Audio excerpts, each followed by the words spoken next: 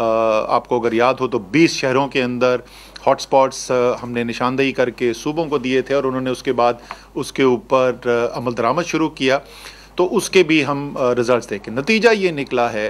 कि अगर आप आज देखें हम और कल तक के हमारे आदाद व शुमार हम देख रहे थे, तो जून के वस्त में जहाँ पर हम खड़े थे उससे आज कोरोना के जो मरीज़ हस्पतालों में हैं वो कम हैं।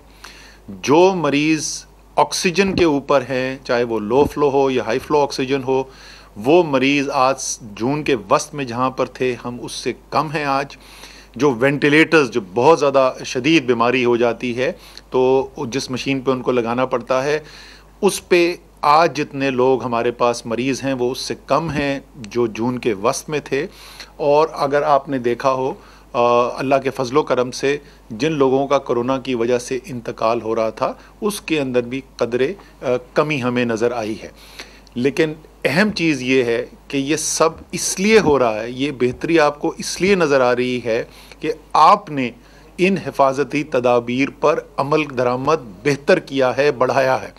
तो ये ना सोचिएगा कि ये ख़ुद ब खुद कोई बीमारी चली जा रही है और अब मैं जो मर्ज़ी करता रहूँ। अगर बेहतियाती होगी तो ये बीमारी वापस भी आ सकती है। वो भी हमने बड़े तफसील से देखा दुनिया में कौन कौन से ममालिक हैं जहाँ पर ये बीमारी नीचे आई, वबा का फैलाव कम हुआ और फिर उसके अंदर दोबारा इजाफा हुआ। और ज़ाहिर है उसकी शायद दुनिया में सुगत बदतरीन मिसाल तो अमेरिका है, जो बहुत ही तेज़ी से वहाँ पे वबा के फैलाव में पहले कम हुआ और उसके बाद बहुत तेज़ी से इजाफा हुआ। लेकिन और भी ममालिक हैं जहाँ ये देखा गया। तो इसलिए ये ज़रूरी है कि ये एहतियाती तदाबीर के ऊपर हम अपने तर्ज अमल ज़िंदगी के अंदर मुसाफा ना करना, फासला रखना, मास्क पहनना, हाथ धोना, ये जो हमने शुरू किया हुआ है इसको हम संजीदगी के साथ जारी रखें।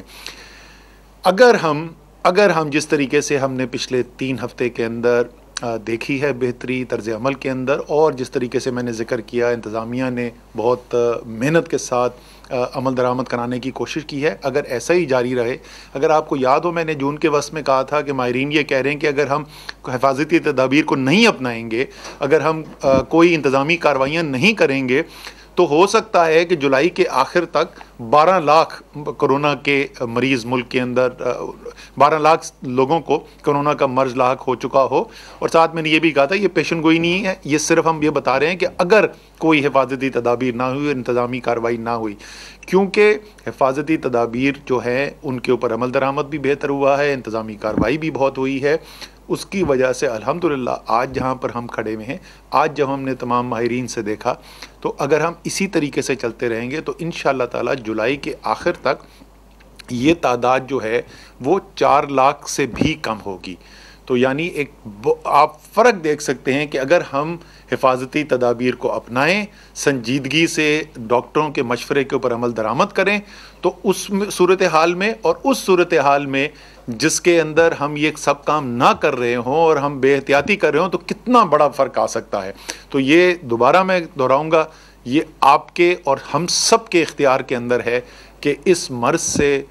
हम अपने आप को बचाने की भी एक बहुत हद तक कामयाबी हासिल कर सकते हैं। और सिर्फ ज़ाहिर है ये हमारे अपने लिए नहीं है, वो हमारे घर में जो दूसरे हैं, हमारे प्यारे हैं, हमारे इलाके के रहने वाले लोग हैं, ये उन सब के लिए भी है। तो एक दफ़ा फिर आपको मैं आपका शुक्रिया भी अदा करना चाहता हूँ कि बहुत बड़ी तादाद में पाकिस्तानियों ने इन अहकामात के ऊपर, डॉक्टर्स के मशवरे के ऊपर अमल किया। और यही उम्मीद रखता हूँ कि आइंदा इससे भी बेहतरी होगी, क्योंकि अब हम देख चुके हैं कि जब इसके ऊपर अमल करते हैं तो उससे हालात बेहतर हो जाते हैं। आखिरी चीज़ सिर्फ मैं ये कहूँगा कि ये मजमूई तौर पे मैंने पाकिस्तान को आपकी सूरत हाल बताई है, लेकिन सिर्फ एक इस वक्त इलाका ऐसा है जहाँ पर हमें इतनी बेहतरी नज़र नहीं आ रही है, और वो सिंध है, ख़ुसूसी तौर पे कराची है। आज भी सुबह हमारी मीटिंग हुई चीफ़ सेक्रेटरी सिंध के साथ और हेल्थ मिनिस्टर सिंध की डॉक्टर अज़हर पेचियो के साथ। उन्होंने भी, उनके जहन में कोई ख़यालात हैं कि किस तरीके से हमें आगे काम करना चाहिए, हमारे जहन में भी है। आज मैंने इनसे NCOC के लोग टीम जो है उनसे दरख्वास्त की है मज़ीद इस पे काम करके आज शाम को हम फिर मिलेंगे और किस तरीके से बेहतरी से काम किया जा सकता है सिंध के अंदर, बिलखुसूस कराची के अंदर, उसके ऊपर भी करेंगे, ताकि जिस तरीके से बाकी तमाम मुल्क के अंदर हमें बेहतरी नज़र आ रही है, इसी तरीके से पाकिस्तान का सबसे बड़ा शहर है और सिंध एक हमारा बहुत अहम सूबा है, वहाँ पे भी इंशाअल्लाह ताला हमें आगे बेहतरी नज़र आए। बहुत बहुत शुक्रिया।